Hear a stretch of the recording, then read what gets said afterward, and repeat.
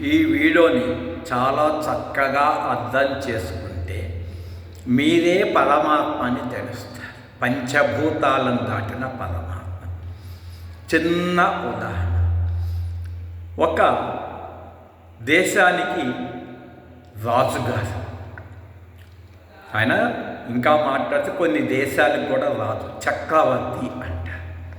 వారేం చేస్తున్నారు? మెలకులో తన రాజ్యం నుండి ఎన్నో రాజ్యాలకి కప్పం కట్టించుకుంటూ చక్రవర్తిగా ఉన్నారు.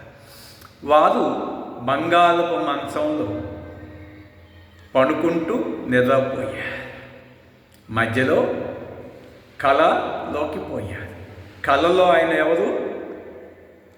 చక్రవర్తి పదవి నుంచి కింద పడేసి స్వప్నంలో ఆయన ఒక బెగ్గర్, ఒక భిక్షపాత్రతో అడుక్కుంటూ జీవించారు. ఆయన కలలో అన్నం దొరక్క బయట ఎంతమందో పో అని అసహించుకున్నారు, అవమానించారు. ఆ బాధ పాడలేక ఒక్కసారి కెవ్వున కేకేశారు. వెంటనే ఆయన ఎక్కడున్నారు? చక్రవర్తి.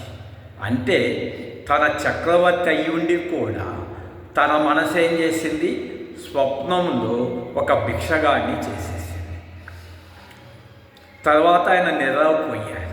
ఆయన మెలకువలో చక్రవర్తి కాదు, భిక్షగాడు కాదు, గాఢ నిద్రైన పరమాత్మ. అట్లాగే జాగ్రత్త అవస్థ, స్వప్నావస్థ, నిద్రావస్థ, ఈ మూడు అవస్థల్ని కల్పిస్తుంది మనస్సు. గాఢ నిద్రలో మూడు అవస్థలు లేవు, అవే త్రిగుణాలు. గాఢ నిద్రలో త్రిగుణాలు లేవు, త్రిగుణాతీతుడవు. అక్కడ ఒక్క భావం లేదు, భావాతీతుడవు. కాబట్టి గాఢ నిద్రలు ఎక్కడ పడుకున్నారు మీరు? పంచభూతాలు అయ్యి చెప్పండి. పంచభూతాలు దాటిన పరమాత్మ. మళ్ళా అంతటి పరమాత్మ స్థాయి నుంచి, సముద్ర స్థాయి నుంచి ఆల స్థాయికి తీసుకొచ్చింది. ఎప్పుడు? మనస్సు, దేహము, ఇంద్రియములు, ప్రపంచం. ఇప్పుడు జీవుడు అయిపోయాం. అంటే అనంతమైన పరమాత్మ జీవుడు పడిపోయాం అన్నమాట.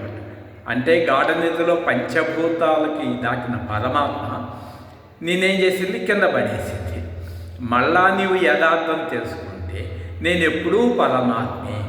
అప్పుడు చక్రవర్తి అయినా పరమాత్మే, అతని దగ్గర పనిచేసిన బంటోతైనా పరమాత్మే.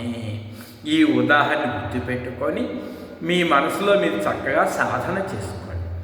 ఇది అవస్థాత్రయం అంటారు. జాగ్రత్త, స్వప్న, సుషుప్తి. జాగ్రత్త అవస్థలో ఉన్న విషయాలు జాగ్రత్తలో నిజమే 100%.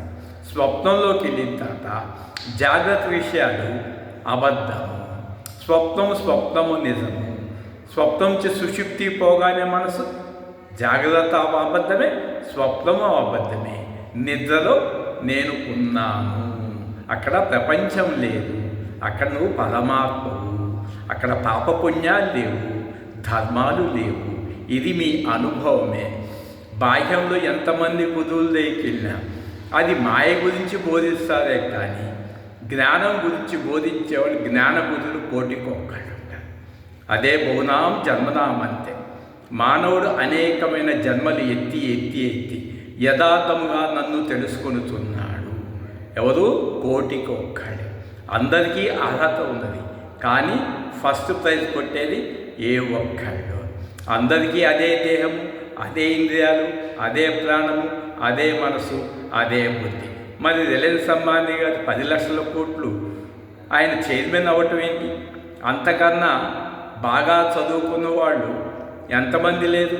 వాళ్ళు సీఈఓలుగా, ఆపరేటర్స్కి ఎందుకు చేస్తున్నారు? చూడండి. కాబట్టి ఇది గాఢ నిద్రలు అందరూ ఒక్కటే, ఏకాత్మ.